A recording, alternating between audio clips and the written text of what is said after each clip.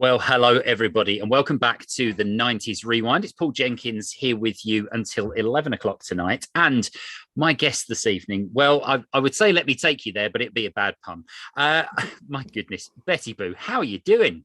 Oh, hi, Paul. I'm fine, thank you. Got a bit of hay fever, like most people, but yeah, doing Oh, well, well. I was going to say welcome to the summer. I was going to say later on in the interview that Let Me Take You There is possibly the perfect summer track. But if you're sniffing all the way through it, that's gonna put some people off. I mean, Well, it's not too bad at the moment, but it's just I live in the countryside, so they're gathering hay at the moment everywhere, so it's just all in the atmosphere. your career. I mean, my goodness, we're talking about the 90s. How excited were our audience when we announced earlier this week that you're going to be coming on the show tonight? I think you're one of those artists that people look back on, and if somebody says, right, 90s, what does it mean to you? Betty Boo is there. You Oh, kind of encapsulated what the feeling was around about that time.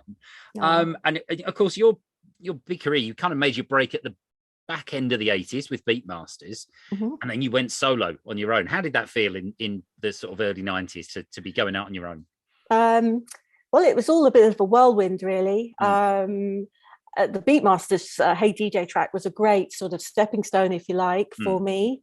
Um, and also being catapulted into the pop world was completely different to the hip hop world that I was in. yeah. Um, but it was great. There was definitely some good momentum there because I'd already sort of written doing Where Are You Baby sort Mm. of back to back.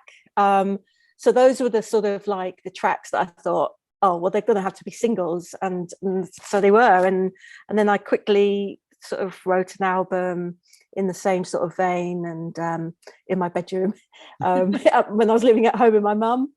And it's sort of very DIY actually, what I did, and that was a long time ago. I mean, technology then wasn't easy. It's not as easy as it is now, with samplers and sequencers and things. Anyone can use stuff on in their computers to write music, but back in the day it was, you really did, there was no logic at all. It's really crazy. But so I managed to sort of cobble together my songs, and that's how it came about. I was going to say we spoke to Peter Hooton from the farm a little while ago, and he was saying Mm. that back in those days, it was a massive investment to get a sampler, let alone to find one that would fit in the corner of the room. Um, Yeah. and that, like you say, there was this kind of whirlwind. But you'd come from a hip hop background, hadn't you? You've worked with people like Public Enemy, prior to working with Beatmasters. That's a shift, isn't it? To going, how did we go from Public Enemy to Betty Boo? How did that happen?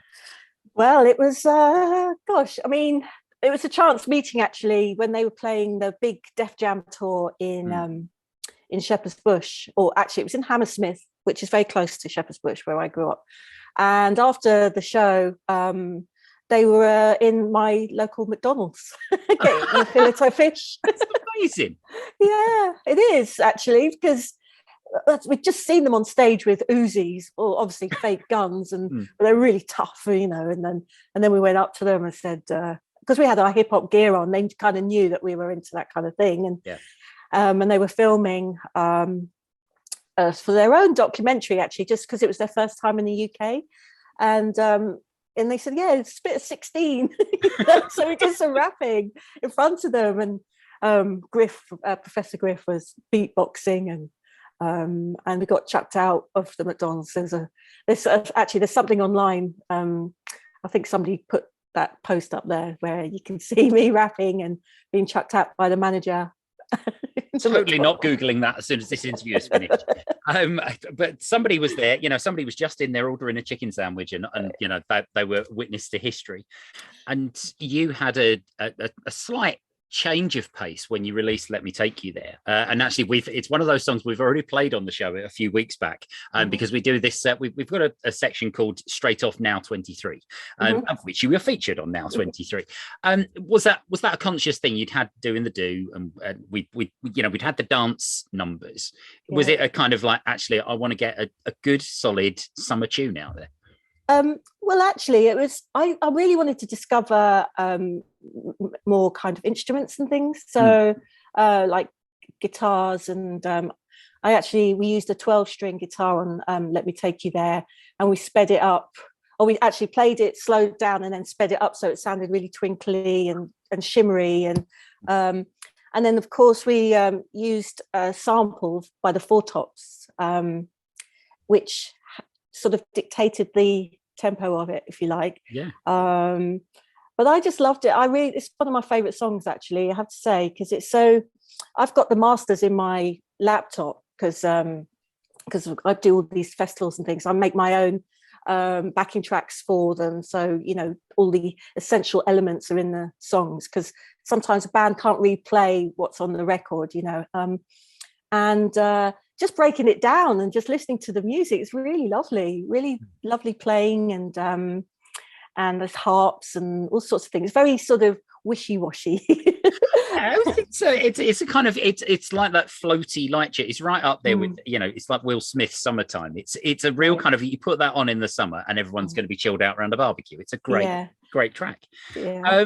And talking of great tracks, you've chosen the playlist for us this evening. Now, we opened with Vogue.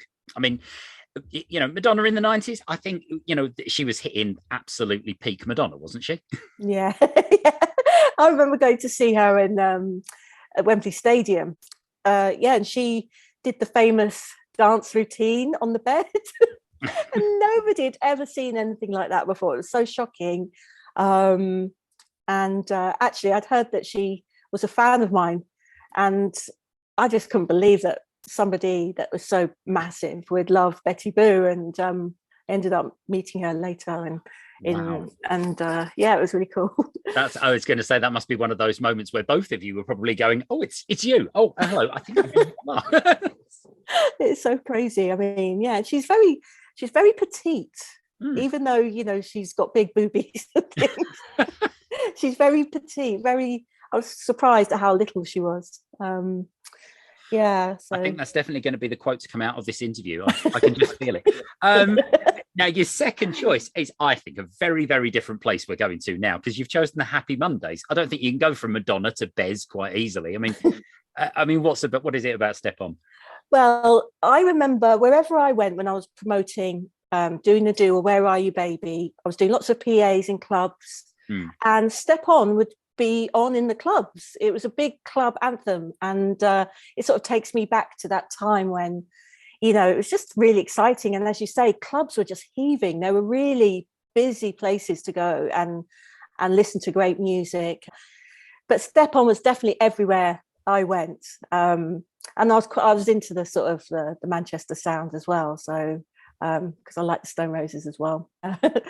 I love Bez. I thought he was he was top. I think the word unique is what happens when we talk about Bez. We're going to have a listen to it now. This is Step On from the Happy Mondays.